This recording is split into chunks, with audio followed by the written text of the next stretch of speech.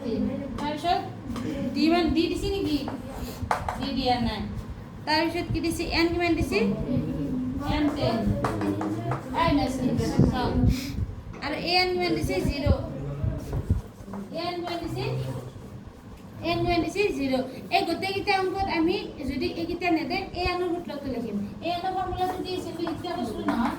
a plus কি হয় n minus 1 b কিমান পাইছ না এটো সূত্ৰতে এইকেইটা অংক কৰিব লাগিব কাৰণ এইকেইটা যদি কোনোবা এটা দিয়া নাথাকে এইটো ফৰ্মুলাটো কৰিব লাগিব শুনছ না ডাঙৰ জয়প্ৰকাশ তাৰমানে a d n a n এৰ যদি কোনোবা এটা দিয়া নাথাকে তেতিয়াহ'লে এইটো ফৰ্মুলাত কৰিব লাগিব এটা a আনৰ ভ্যালু কিমান 0 a আনৰ কিমান 0 a কিমান a মানে কি a মান কিমান -18 কিমান -18 m মানে কি 10 m মানে কি 10 বিয়োগ d মানে কি d আসবে না -18 ধর একদম কিমান না 9 মাইনাস 10 এখানে কি হবে প্লাস 10 9 তো পুরো না এসে বলে কি হবে